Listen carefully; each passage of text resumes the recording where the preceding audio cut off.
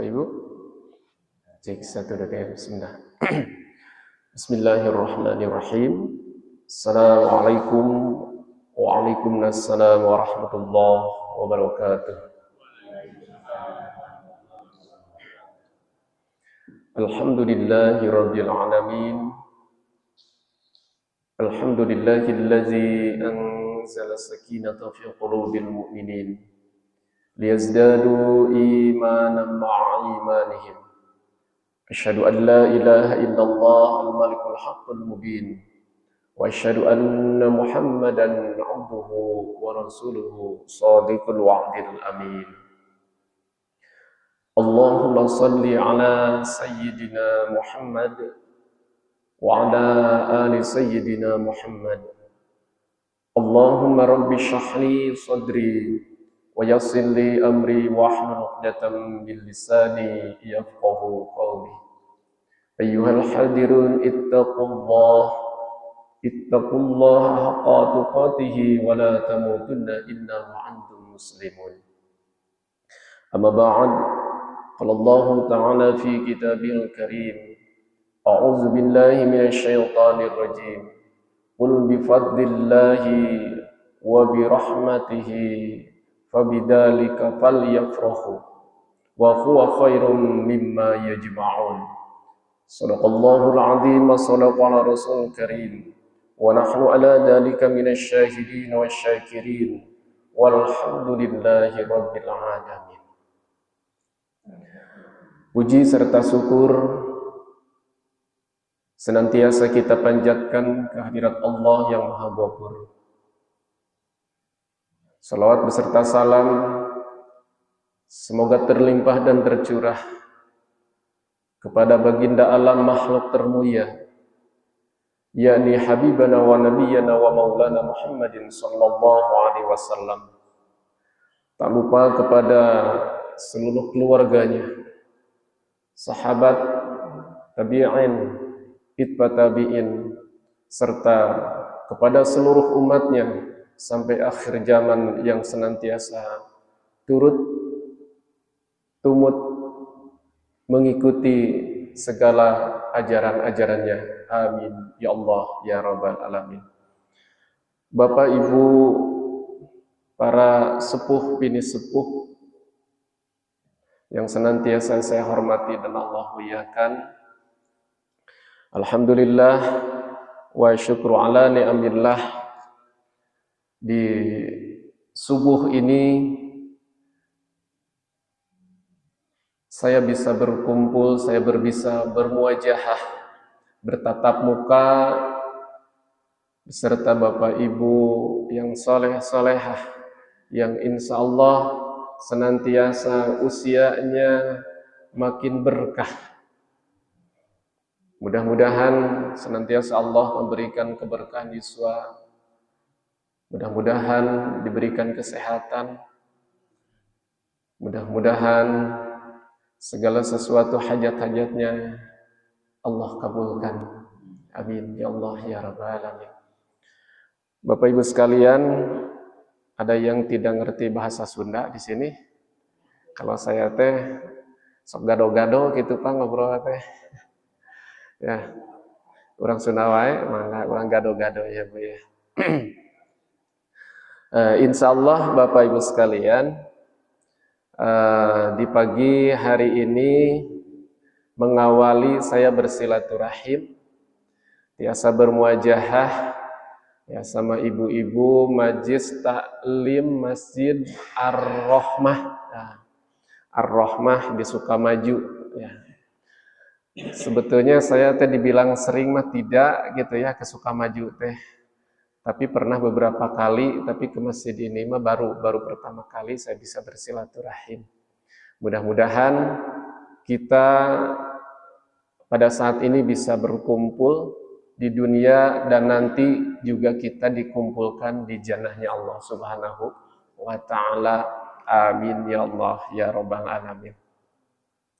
Selanjutnya saya mengingatkan kepada Bapak Ibu sekalian, pada pagi hari ini kita duduk di masjid dalam rangka berthalabul ilmi, mendengarkan sedikit mau'idatul hasanah, mudah-mudahan ada manfaatnya, terkhusus bagi saya pribadi, umumnya Bapak Ibu sekalian. Maka tak lengkap ketika kita duduk di masjid, kita berniat duduk di masjid. Sebuah keuntungan kanggo Bapak Ibu sadayana anu bertolabul ilmi, anu ngaos di masjid. Selain kita mendapat pahala tolabul ilmi, juga kita akan mendapatkan pahala duduk di masjid. Karena duduk di masjid mah dapat pahala, Pak. Gitu. Nah, oleh sebab itu kita sama-sama meluruskan niat dulu. Kita luruskan, yang jelas mungkin kita lillahi ta'ala. Yang kedua, kita berniat duduk di masjid. Karena ulama berpendapat bahwa ternyata ketika kita duduk di masjid, tidak diniatkan duduk di masjid, maka pahalanya tidak ada. Oleh karena itu, kita sama-sama meniatkan diri pada saat ini kita duduk di masjid. Sebagaimana doa yang termasyhur, a'udzubillahi minasyaitonirrajim, nawaitu an a'takifa fi hadzal masjidi sunnatan lillahi ta'ala. Yuk kita sama-sama ibu-ibu sadayana. Bismillahirrahmanirrahim. Nawaitu an a'takifa fi hadzal masjidi sunnatan lillahi ta'ala. Kalau artinya atau bahasa Sukamaju nama, niat abdi calik di masjid sunat karena Allah Ta'ala. Nah, ibu yang tadi, bapak yang tadi belum diniatkan, sudah duduk-duduk tapi belum diniatkan. Nah, beda dengan yang barusan, Pak, sudah diniatkan maka pahalanya beda. Ya. Oleh karena itu Bapak Ibu sekalian, ketika kita masuk ke masjid, meskipun hanya 1-2 menit atau hanya ngelewat saja, gitu ya, maka kita jangan lepas untuk meniatkan duduk di masjid, biar kita dapat pahala. Apalagi ketika kita bisa melaksanakan sebelum duduk di masjid, kita bisa melaksanakan sholat tahiyatul masjid. Mungkin masalah keutamaan-keutamaannya banyak sekali ya. Masalah keutamaan salat tahiyatul masjid. Tapi yang jelas ketika kita mau melaksanakan salat tahiyatul masjid, kita jangan duduk dulu. Jadi ibu-ibu anu neme lebet misalkan ketika kita ngajinya sebelum sesudah zuhur atau misalkan jam 9, jam 10 gitu ya. Ada kesempatan. Nah, sebelum misalkan taklim, nah baiknya ibu sebelum duduk atau bapak sebelum duduk melaksanakan sholat tahiyatul masjid, biar pahalanya lebih lengkap, lebih sempurna. Ya. Bismillah Bapak Ibu sekalian yang saya hormati dan Allah muliakan, pada kesempatan ini sedikit mungkin saya akan menyampaikan terkait masalah keutamaan mencari ilmu yang mungkin yang jelas ini sudah sering mungkinnya banyak para ulama-ulama, ustadz-ustadzah yang sudah menyampaikan, tapi sedikit juga sini saya mengingatkan, mudah-mudahan ini menjadi watawassaw bil haqqi watawassaw bis sabr. Allah Subhanahu wa taala sudah menyampaikan di dalam Al-Qur'an banyak beberapa surat menyampaikan bahwa keutamaan-keutamaan mencari ilmu atau keutamaan-keutamaan orang yang berilmu dan orang yang tidak berilmu. Di antaranya Allah Subhanahu wa taala menyampaikan a'udzubillahi minasyaitonirrajim yarfa'illahu allazina amanu minkum wallazina utul ilma darajah. Allah akan mengangkat derajat dan kemuliaannya terutama di sisi Allah bagi orang-orang yang mempunyai ilmu dan bagi orang-orang yang senantiasa mencari ilmu. Jadi pada dasarnya di hadapan Allah Subhanahu wa taala, Allah tidak melihat seseorang itu sejauh mana orang tersebut dalam kondisi kemampuan untuk berikhtiar mencari rizkinya, misalkan usahanya, kekayaannya, atau jabatannya, atau gimananya, tapi Allah pertama akan melihat status kita sejauh mana kita banyak dan sedikitnya mempunyai ilmu, terutama masalah ilmu agama. Karena berangkat dari ilmu, kita akan bisa mengenal Allah Subhanahu wa ta'ala. Berangkat dari ilmu, kita akan menambah keyakinan kita kepada Allah Subhanahu wa ta'ala. Dan berangkat dari ilmu, kita akan makin takut kepada Allah Subhanahu wa ta'ala, atau yang kita sebut dengan takwa. Di dalam Al-Quran, di surat lain menyampaikan, inna akramakum indallahi atqakum. Jadi Allah Subhanahu wa ta'ala akan melihat kemuliaan seseorang tergantung ketakwaannya. Nah, alhamdulillah wa syukru ala ni'amillah, Bapak Ibu sekalian, pada kesempatan pagi ini mudah-mudahan kita berkumpul di masjid yang Allah muliakan ini, kita akan mendapatkan sedikit, ya, demi sedikit kita akan menambah ilmu-ilmu terutama yang berkaitan dengan ilmu agama. Yang pertama saya akan sampaikan di dalam ilmu tauhid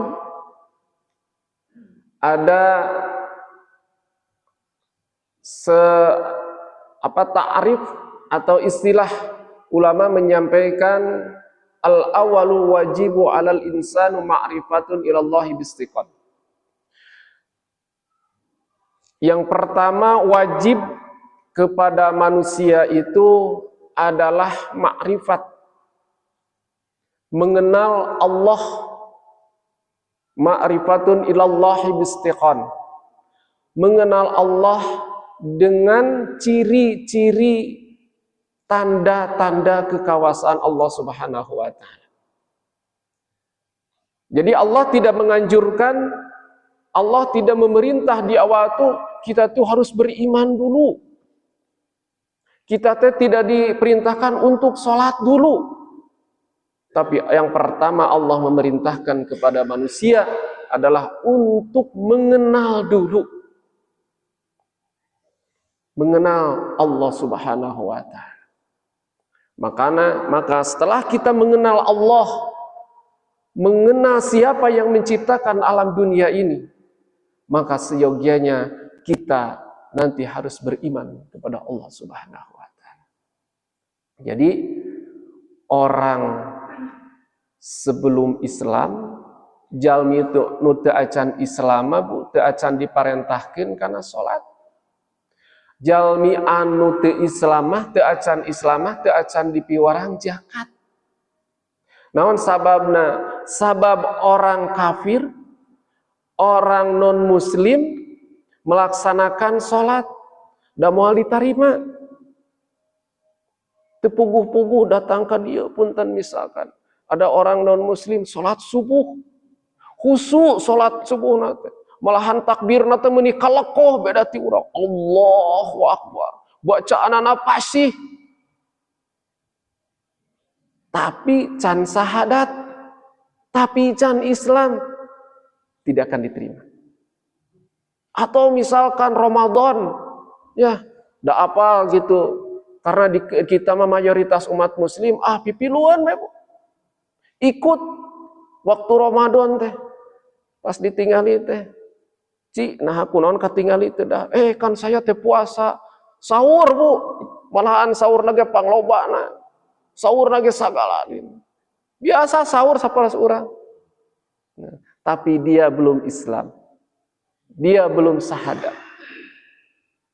Dia belum mengenal Allah sesungguhnya. Maka puasanya tidak akan diterima. Begitupun melaksanakan aktivitas ibadah lainnya. Jadi yang pertama, kita mengenal dulu Allah. Siapa Allah? Dan setelah kita mengenal Allah Subhanahu wa ta'ala, bahwa Allahu Rabbus samawati wal ardh, bahwa Allah yang merajai, Allah yang menciptakan, Allah yang mempunyai alam dunia dan isinya. Bahwa Allah seorang khalik, manusia adalah makhluk. Jadi seorang pencipta atau yang menciptakan, istilahnya disebut khalik. Allah itu khalik. Yang namanya khalik itu satu, yaitu Allah, atau tunggal atau esa. Yang diciptakan oleh Allah Subhanahu wa ta'ala adalah namanya makhluk. Siapakah makhluk? Nah, kita ini. Selain dari Allah, namanya makhluk. Manusia, hewan, jin, dunia serta isinya, surga dan neraka, itu semuanya makhluk. Bapak Ibu sekalian, di dalam kaitan ini juga Allah Subhanahu wa ta'ala menyampaikan di dalam surat Yunus kalau nggak salah ayat 58. A'udzubillahi minasyaitonirrajim. Qul bifadlillahi wa birahmatihi fabidzalika falyafrahu wa huwa khairum mimma yajma'un. Terkait masalah keutamaan ilmu, yang mempunyai ilmu, yang menyebarkan ilmu, alhamdulillah sampai saat ini, sampai detik ini kita bisa mengenal Allah. Sampai detik ini kita bisa mengenal Islam. Kita bisa melaksanakan sholat, kita bisa melaksanakan haji, kita bisa melaksanakan zakat dan yang lain-lainnya, adalah ternyata ada seseorang yang Allah muliakan, yang Allah utus, yang punya jasa kepada kita semua, yaitu Nabiullah Muhammad sallallahu alaihi wasallam.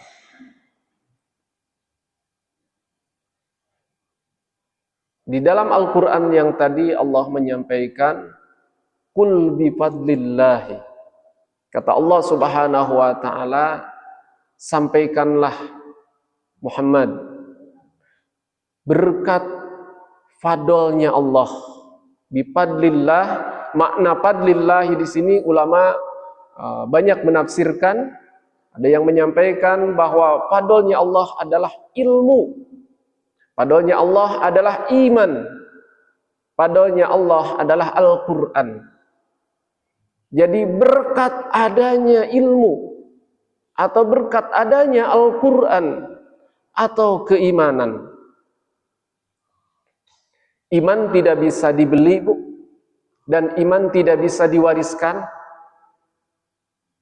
Jadi kita sekarang bisa memeluk agama Islam, bisa percaya kepada Allah dengan sesungguhnya, pada dasarnya itu bukan karena orang tua kita, bukan karena kakek nenek kita, tapi itu merupakan suatu hidayah dan taufik dari Allah Subhanahu wa ta'ala. Makanya yang namanya keimanan ini merupakan sesuatu yang sangat berharga. Jadi belum tentu orang tuanya seorang ulama, seorang yang beriman, seorang yang paham terhadap agamanya, anaknya belum tentu beriman. Tapi dah rata-rata cenah lamun anakna, lamun bapana ajengan kadituna orang paham pasiennya. Itu hanya jalan. Itu hanya merupakan syariat. Tapi belum tentu akan terjadi seperti itu kalau seandainya Allah tidak memberikan hidayah serta taufik. Sebagaimana di dalam kisah disampaikan bahwa pamannya Nabi. Siapa Bu pamannya Nabi, Bu? Ya? Pamannya Nabi Abu Jahal. Siapa lagi, Bu? Abu Lahab. Ada lagi? Banyak Abu ya, Bu ya? Abu siapa lagi, Bu? Abu Thalib. Ya. Pamannya Nabi yang membengkingi Nabi. Jadi dakwahnya tuh, Bu, punten ya, dibagi sama pamannya Nabi. Kalau misalkan ada orang-orang yang akan badai ngaroga hala lah istilahnya teh, badai nyerang ke Nabi, paman Nabi yang paling depan, Bu. Abu Thalib yang paling depan. Karena orang-orang Quraisy itu baheula mah jararahat, Bu, balalangor. Sinis pisan ka Nabi itu. Gitu. Kenapa? Karena penyebaran agama Islam di waktu itu sangat pesat. Sehingga kumaha carana ieu Nabi teh dugi ka hayang dugi ka mawat. Islam tong dugi ka tersebar. Maka di situ alhamdulillah Allah menitipkan seorang paman yang memang ditakuti oleh orang-orang Quraisy.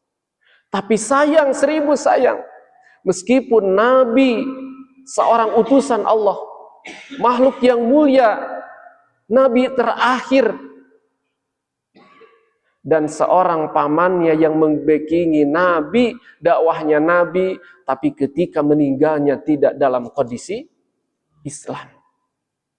Sampaikan Nabi menangis, Bu, ngajerit, nyungkeun ke Allah, ngadoa kalau ya Rob, ya kumaha ya paman abdi cek bahasa urang mungkin dalam kondisi sakaratul maut tipe orang sahadat alim, Bu. Kabayang teh, Bu, upami ibu bapak ibu gaduh seseorang anu ku urang dipika cinta, anu ku urang naon teu ngajentenkeun hiji seolah tulang punggung kita, tapi dalam kondisi matinya tidak beriman. Sedih tuh, Bu, sedih pisan aku. Sampaikan berdoa kepada Allah Subhanahu wa taala. Tapi apa yang Allah sampaikan? Innaka la tahdi man ahbabta, walakinnallaha yahdi man yasha. Kata Allah Subhanahu wa taala, innaka la tahdi man ahbabta. Muhammad, engkau tidak akan bisa memberikan hidayah. Walakinnallaha yahdi man yasha. Tetapi hanya kami yang akan memberikan hidayah kepada siapapun. Tuh, Bu, eta teh Nabi. Nabi teu tiasa masihan hidayah ka pamana. Nabi teu tiasa masihan hidayah ka para sahabat. Tapi Nabi hanya bisa memberikan jalan untuk menuju hidayah dan taufiknya Allah Subhanahu wa taala. Makanya hidayah dan taufik tidak bisa dibeli. Alhamdulillah wa syukur ala ni'amillah. Urang mah nyabunya teu hese-hese. Kita bisa percaya, bisa memeluk agama Islam teh sugan pernah dipaksa, sugan kumaha. Malahan kita sampaikan asa perasaan emut ya, Bu ya. Perasaan asa ingat, asa henteu gitu, urang teh apa-apa teh geus Islam ya, Bu. Ya.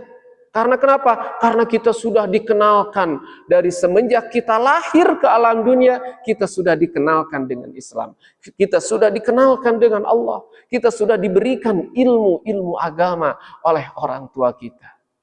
Nah, itu dasar jalan syariat kita mendapatkan hidayah dan taufiknya Allah Subhanahu wa ta'ala. Nah, Bapak Ibu sekalian, ya, jadi hidayah sinarang taufik teh teu tiasa digaleh. Jadi apabila ada yang nanya sesuatu atau apakah ada sesuatu yang berharga, apakah yang di diri kita yang tidak bisa dibeli? Nu teu tiasa dipeser nu diri urang naon Bu? Ya? Waktu? Ada lagi Bu? Yang tidak bisa dibeli di dalam diri kita nu tiasa kapeser naon Bu? Keyakinan yang tadi yang tidak bisa dibeli. Nah, kita bisa yakin, kita bisa percaya kepada Allah Subhanahu wa Ta'ala, itu tidak bisa dibeli. Ketika Allah Subhanahu wa Ta'ala sudah memberikan hidayah, sudah memberikan taufiknya, maka tertanamlah kuat di dalam diri kita bahwa yang menciptakan alam dunia ini beserta isinya adalah Allah Subhanahu wa Ta'ala.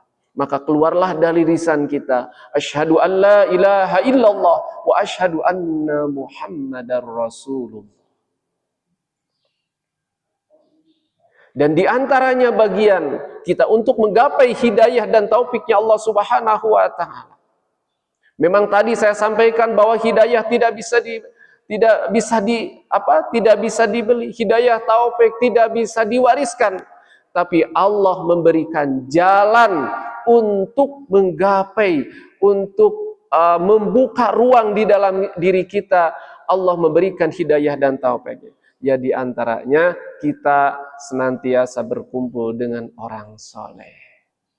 Kita berkumpul di majlis taklim, orang caralik di masjid, itu bagian untuk mendapatkan hidayah dan taufiknya Allah Subhanahu wa Ta'ala. Jadi lamun urang hayong hidayah taufik ti Allah, teras kumpulna di mana wae, ngariung di jalan, ngariung di tempat-tempat pimaksiateun, nah secara syariat tarda tebih. Hese. Tapi ketika meskipun punten urang masih jauh dari Allah Subhanahu wa Ta'ala, sering kumpul-kumpul di masjid atau ngobrol-ngobrol dengan orang soleh, sering naon gitu konsultasi dengan orang yang soleh, insya Allah Allah sedikit demi sedikit akan memberikan ruang di dalam diri kita, di dalam hati kita, hidayah dan taufiknya. Ya. Nah, Bapak Ibu sekalian, alhamdulillah. Jadi al-awwal wajibu 'alal insan ma'rifatun ilallahil bistiqat. Jadi yang pertama Allah wajibkan, perintahkan kepada kita, yaitu makrifat, mengenal Allah Subhanahu wa Ta'ala. Cik abdi bade naros Bu. Ibu tos kena sareng Allah. Saha Allah teh Bu? Ya? Pencipta. Bapak, Allah teh saha? Ya gitu we nya kenal Allah teh gitunya. Bu kenal Kasim Kuring karena saha? Ya gitu we pokona mah gitu. Ya. Di antaranya bahwa Allah itu sang pencipta tadi, Khaliq, yang mempunyai sifat-sifat beda dengan manusia. Di dalam ilmu tauhid, ilmu usulin disampaikan bahwa Allah Subhanahu wa Ta'ala mempunyai 20 sifat. Yang wajib ada di Allah, yang wajib kita yakini. Yang mustahilnya, yang mustahil ada sifat-sifat di Allah ada 20. Dan yang menangnya ada 1. Upamiku barudak mah eta teh sok dinadomkeun Bu. Anu apal keneh, emut keneh, anu wujud kidambako, eta teh sifat-sifat Allah. Ya. Bade urang nadomkeun ya punya teh sawias Pak, emut keneh Pak, wujud kidambako.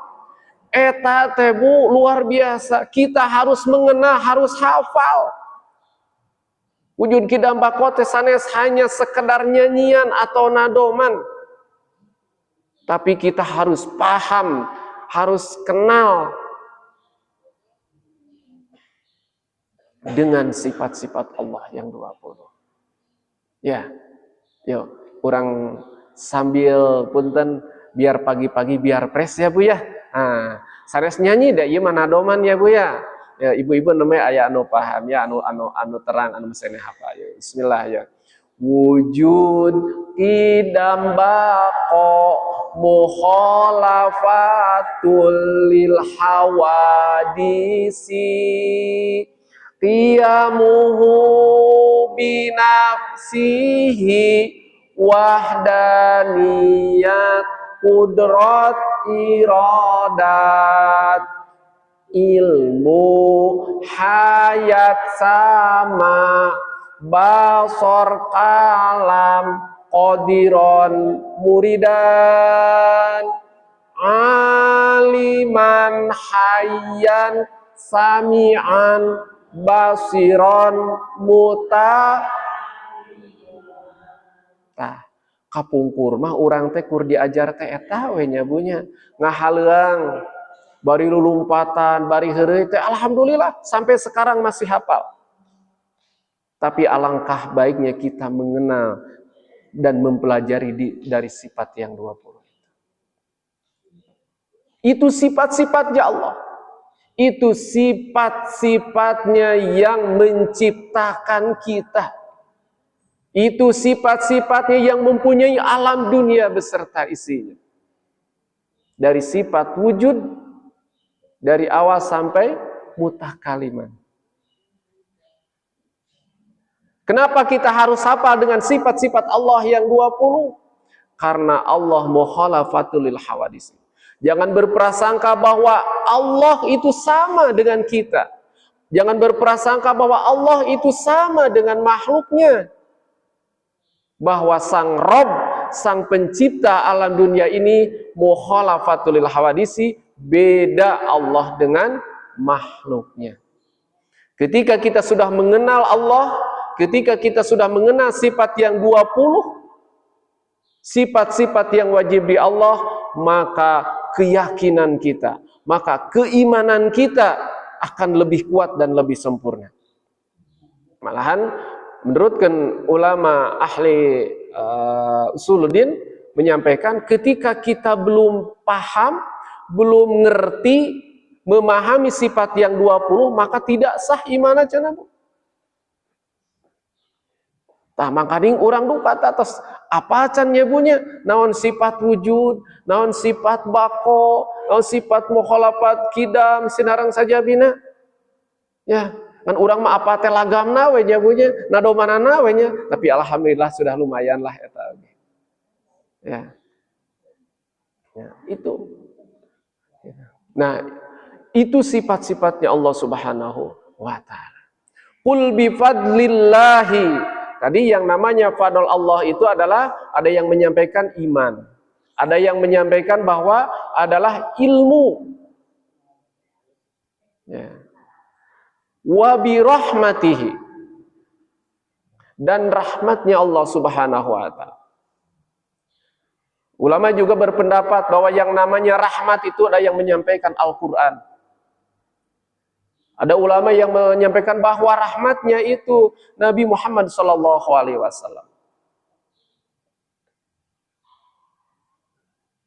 Nabi Muhammad SAW itu merupakan sebuah rahmat.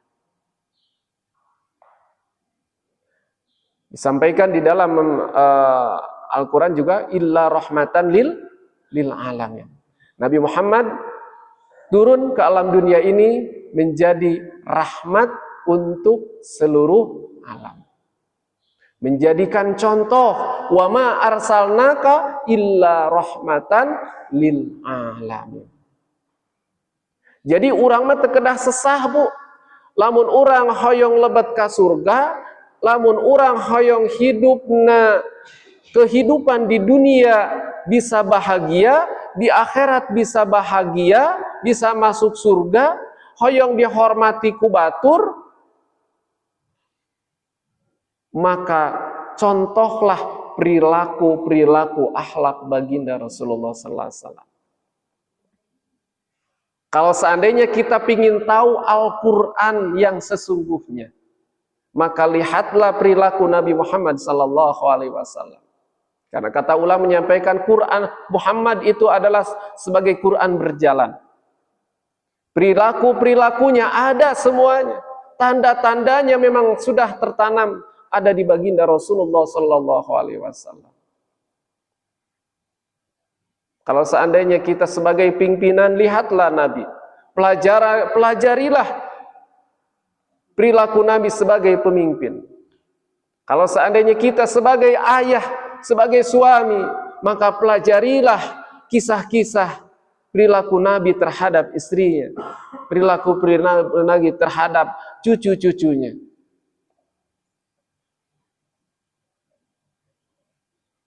Tidak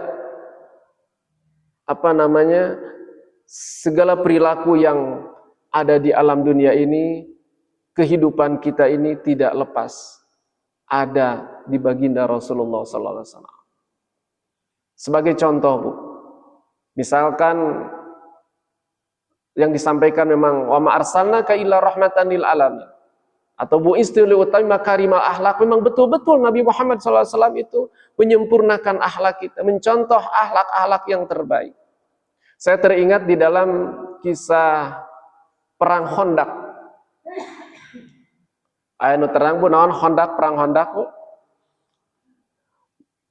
Nabi Muhammad sallallahu alaihi wasallam semasa hidupnya pernah ikut peperangan, ya, kurang lebih 7 kali perang, Bu.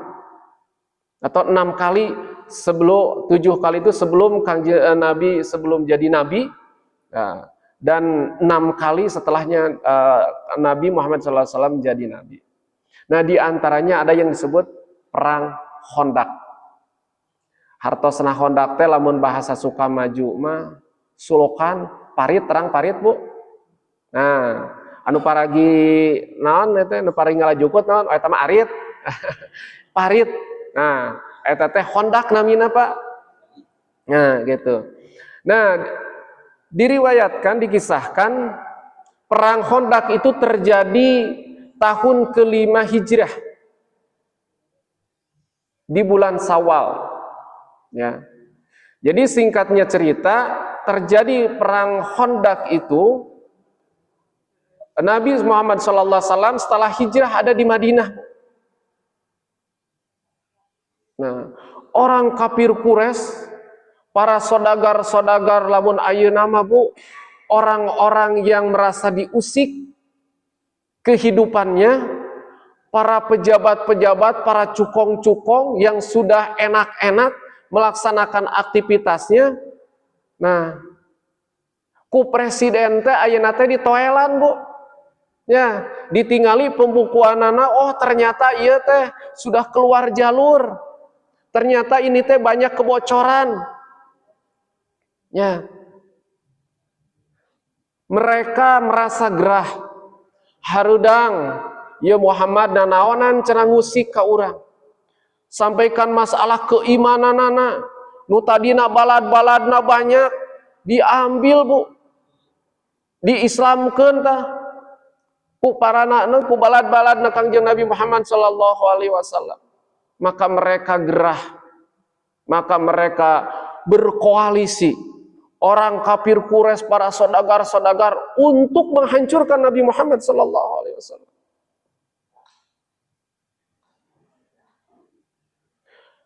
Dari Madinah, orang Mekah, semuanya berkoalisi, Bu. Dan di situ disampaikan tentara yang akan menyerbu Nabi, pasukan atau balad tentara Nabi, sampaikan ada 10.000 balad tentara. Di waktu itu masyarakat Madinah oge teu acan aya 10.000, ieu 10.000 bade ngancurkeun Nabi Muhammad SAW, bayangkan.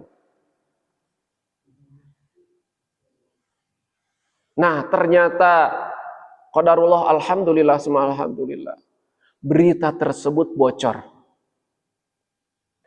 Ada seorang sahabat Nabi Muhammad SAW yang menyampaikan, namanya Salman Al-Farisi, menyampaikan berita itu. Mun ayeuna mah panginten naon namina teh? Mata-mata teh apa namanya, Bu? Aya intel. Jadi intel teh tiba heula ge tos aya, Bu. Itu Salman Al-Farisi seorang intel, bahwa informasi teh valid. 10.000 10.000 tentara akan menyerbu Madinah, akan menghancurkan Nabi Muhammad SAW. Maka disampaikanlah kepada Nabi hal tersebut, maka Nabi langsung memanggil sahabat-sahabat Nabi, orang-orang yang terlibat di situ, orang-orang yang punya power, sahabat-sahabat Nabi, kempel. Lamun ayeuna disebatna rapat naon Pak lamun ngaradak itu teh? Rapat ngaradak naon Bu? Wah, urang rapat ngadadak jeung Nabi teh. Karena ini mah urgent. Maka dikumpulkanlah para sahabat. Disampaikan kata Salman Al-Farisi bahwa orang-orang di luar Mekah, orang-orang Mekah dan Madinah akan menyebut Nabi. Sampaikan 10.000 tentara akan menghancurkan Nabi Muhammad SAW. Apa kata Nabi Muhammad SAW? Nabi biasanya Bu, ketika ada sesuatu itu Nabi memohon kepada Allah Subhanahu wa taala, dan biasanya Allah menurunkan wahyu atau memberikan kabar itu melalui malaikat Jibril. Tapi di musyawarah itu Nabi tidak langsung memohon Bu kepada Allah Subhanahu wa taala. Ini contoh seorang pemimpin Bu. Jadi ketika sudah disampaikan oleh Salman Al-Farisi apa yang disampaikan Nabi Muhammad sallallahu alaihi wasallam, cek bahasa urang mah sok sahaya di dia anu gaduh naon kitu nu gaduh ide, nu gaduh usulan saha. Jadi Kangjeng Nabi Muhammad sallallahu alaihi wasallam teu egois Bu. Teu karena memang biasa Nabi suka ada wahyu langsung ngadoa ya Rob ya kumaha gitu. Tidak ego seperti itu. Tapi Nabi menanya satu persatu ditaros sahabat nu aya di dinya, sok kumaha pendapat kalian? Apa yang mau disampaikan? Itu seorang pemimpin. Jadi seorang pemimpin mah satu acan memutuskan, kita harus tahu dulu, kita harus menerima saran-saran dari bawahan. Upami presiden teh mah kedah punten terang usulan-usulan ti menteri-menterinya. Upami ibu dengan bapak memutuskan sesuatu di rumah tangga, ketika kita sudah punya anak, kita seorang pemimpin jangan egois Bu, tanya anak-anak kita dulu. Iya bapak teh kumaha ye, bade kieu ye bapak mah jeung mate jeung bade umroh ye. Tanya anak kita yang paling besar, tanya anak kita yang kedua, tanya anak kita yang ketiga, ajak diskusi Bu. Kenapa? Ma khoba man istakhara wa madama wa istasara. Orang yang diskusi, orang yang musyawarah tidak akan menyesal. Nah, setelah disampaikan gitu Bu, ternyata dari A, B, C, D gitu yang disampaikan banyak usulan-usulan. Tapi yang diterima dan yang masuk akal gitu, yaitu saran dari Salman Al-Farisi. Kata Salman Al-Farisi teh kieu we ya Rob, Nabi Allah, ayeuna mah urang ngadamel parit weh. Urang ngadamel solokan agung we, supaya orang-orang yang nanti akan menyerbu atau yang akan datang ke Madinah teh terhalang dengan parit. Itu. Naon margina? Margi jumlah tentara Nabi di waktu itu dengan tentara yang koalisi jauh, sangat jauh Bu. Tentara Nabi itu ada 3.000, tentara yang akan menyerang Nabi ada 10.000. Berarti 1 berbanding 3. Maka ketika tidak bersiasat, maka akan kalah. Maka setelah itu, maka Nabi Muhammad SAW mensetujui. Oh ya udah, masuk akal, gitu ya. Dan memohon kepada Allah Subhanahu Wa Taala perlindungan dan petunjuk. Maka setelah itu kata Nabi, oke, ayeuna mah urang ngadamel parit. Saur Kangjeng Nabi, aya sabaraha ye balad tentara urang? Ditaros ke para sahabat, aya 3.000. Walah, 3.000 cenah enak sakeudik geuning. Ya enak kieu. Tina 3.000 urang bagi 3 sip. Sip pagi, sip siang, dan sip sore. Jadi sip-sipan teh baheula lagi aya, Bu. Gitu. Nah, dibagi 3 sip. Sip pertama pagi. Ayeuna mulai ngebangun parit, membangun solokan dari sebelah sana. Sip siang nanti terus sampai sip malam, Bu. Sip malam mah meureun naon ulun bahasa urang mah euna Bu, ngalembur meureun jabunya. Nu ngalembur. Sip pagi. Mulai Bu di pagi itu. Dan ternyata yang pertama turun tangan si pagi itu adalah Rasulullah sallallahu alaihi wasallam. Jadi Nabi seorang pemimpin, bongkana pemimpin ya udah hanya tunjuk-tunjuk tangan aja, Bu. Tidak, Bu, tapi Rasul selalu terdepan. Ya. Nah, di waktu itu juga sama. Anu ngadama susukan teh, Bu, anu ngadama parite, Nabi yang pertama turun. Si pagi Nabi Muhammad SAW turun, Bu. Bismillah, maka mulailah pekerjaan. Sampaikan jam 7, jam 8, jam 10, jam 11. Dama biasa ngadarama. Nah, ternyata ada seorang sahabat yang memperhatikan Rasul. Ditinggal Rasul teh ti enjing damel gitu, Bu. Ari Rasul teh tos tuang atanapi teu acannya. Gitu. Nah, seorang sahabat namanya Zaid bin Abdullah. Maka menghampiri Rasul. Ya Rasulullah, ari Kangjeng Rasul tos tuang, katingali ti tadi teh damel we kitu teh katingali tuang, Bu. Ari sahabat-sahabat mah panginten anu sanes-sanesna datos bebekalan, Bu. Di bumi ngan kulantaran tuangeuna sakedik biasa geuning nyebunya tuangna teh bari nyumput, bari naon kitunya. Nah, tapi ditinggal Nabi mah teu barang tuang, tidak makan dan minum, Bu. Terus ngagali parit. Maka sahabat Rasul itu menghampiri Rasul. Nanya, "Ya Nabi, parantos tuang, tos tabung 11 ieu teh." Gitu. Rasulullah jawab Rasulullah SAW? Rasulullah tidak menjawab bahasanya, Bu. Tidak menjawab. Tapi setelah itu mendekat, dak naon, Bu, khawatir sieun kakupingeun ku sahabat-sahabat nu sanes. Saur Nabi apa yang dijawab? Teu acan. Sambil memperlihatkan perutnya. Ternyata perutnya, Bu, saking lapar, Nabi sudah diganja dengan apa? Dengan batu. Saking lapar, Bu. Kan urang kayak gitunya punya lamun enjing-enjing tos tuang teu acan gitunya. Teu acan gitu. Teu acan tuang, teu acan tos diganjel kieu punya. Kan ku bala-bala gitu kan urang kunaon.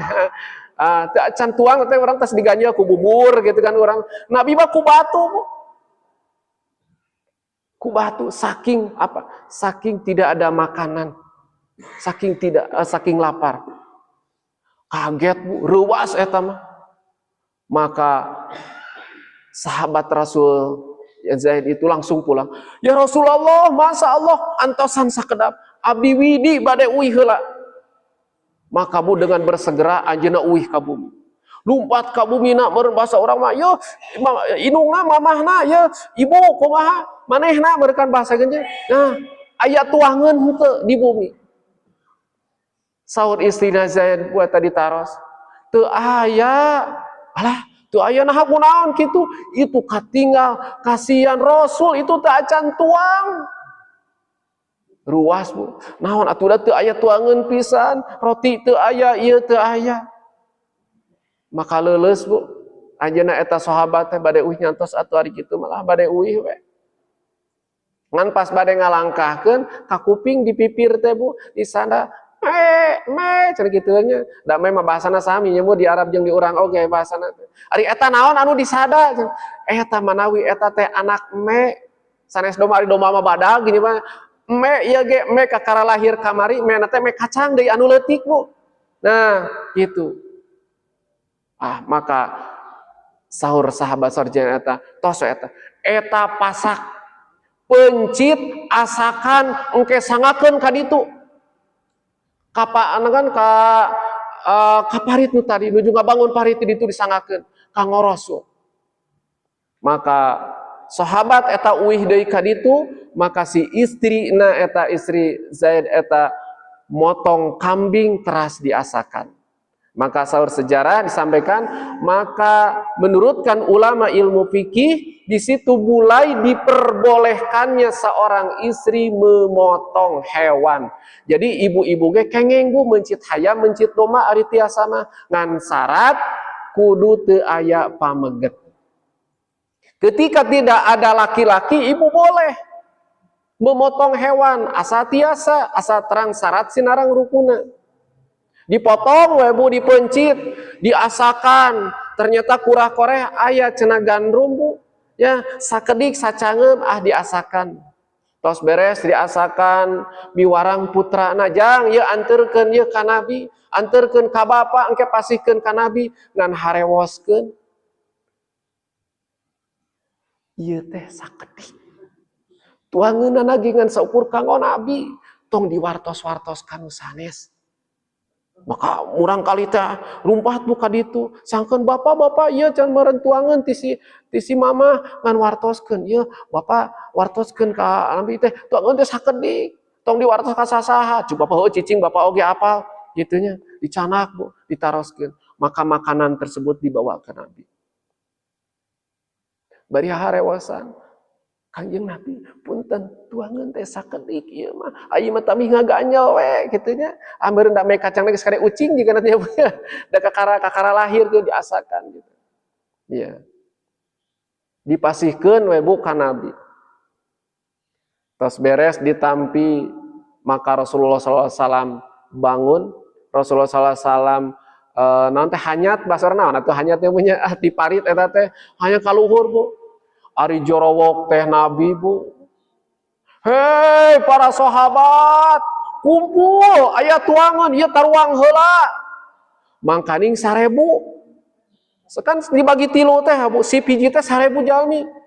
Digeroan ku Kangjeng Nabi urang taruang heula.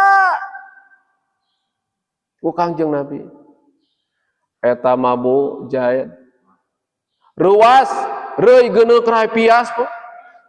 Tadi tegas ngaharewas ka Nabi dengan saukur tangan ka Nabi eta ku Kangjeng Nabi dijorowokeun ieu rek kumaha urang wirang. Masya Allah, itu contoh seorang pimpinan. Seorang pimpinan itu tidak mementingkan perutnya sendiri, Bu. Ya. Lamun Nabi lapar, rakyatnya, sahabatnya enggak apa-apa. Kenyang juga. Tapi kalau Nabi kenyang, sahabat-sahabatnya harus kenyang. Nabi tidak punya harta, sahabatnya gak apa-apa banyak hartanya. Tapi ketika Nabi punya harta, sahabatnya harus punya harta. Itu contoh seorang pemimpin. Tos kitu digeroan Bu, maka Zaid etang anu sumping deui ka Nabi. Ya Nabi Allah kumaha ieu? Kan abdi geus nyarios tadi teh. Ieu teh kanggo Nabi, moal cekap, Nabi moal cekap. Apa yang disampaikan Nabi? Insya Allah cukup. Tos kumpul Bu eta nu 1000 teh geus antri. Maka Rasulullah sallallahu alaihi wasallam memohon berdoa kepada Allah Subhanahu wa taala supaya makanan ini bisa dicukupkan. Nah, ini bagian dari mukjizat Nabi, Pak. Gitu. Mukjizat Nabi. Memohon kepada Allah Subhanahu wa taala. Tos kitu digeroan sadayana taruang sadayana nu 1000 sadayana taruang sareng Nabi dan makanan yang sedikit itu hanya 1 orang cukup untuk 1000 orang Bu. Itu bagian dari mukjizat Nabi. Makanya urang ge tong keung Bu, ibu-ibu lamun gaduh tuangan sakedik teh tah gerohan tatangi. Insyaallah saep urang mah kabagean. Ya Bu ya. Nah, itu bagian dari mukjizatna. Beres Bu, sadayana warareg deui tuangeunna teh. Henteu sugan culam cerem sok naramih deui, namih deui, sadayana cekap. Alhamdulillah. Beres tidinya daramal deui. Tos damel sadayana. Ada seorang sahabat anu menghampiri Nabi. Kangjeng Nabi tos beres geuning di dieu mah hancana meuni naon kitu meuni seueur tos beres tos lega.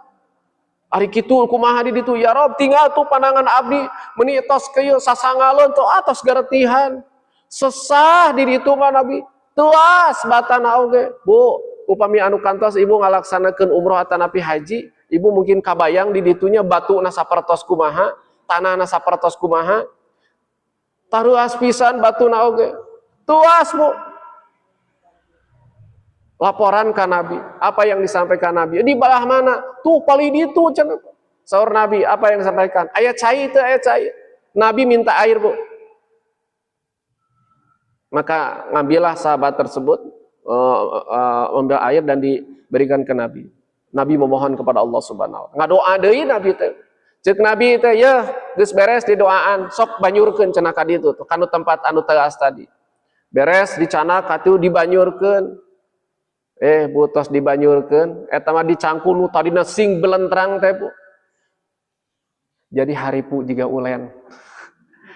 Gampang di kitu teh Bu. Nah geuning alhamdulillah gitu Bu. Jadi gampil. Nah, itu juga bagian dari mukjizatna Nabi. Ya. Jadi mukjizatnya sesuatu keistimewaan yang Allah berikan kepada para nabi. Jadi disebutnya khariqul adat, Pak. Khariqul adat ada 5 ya. Aya mukjizat, aya irhas, aya karomah, aya maunah, aya irhas. Ada 5 ya, gitu. Ada 5. Di antaranya ada mukjizat. Jadi mukjizatnya diberikan sesuatu keistimewaan Allah Subhanahu wa taala kepada nabi.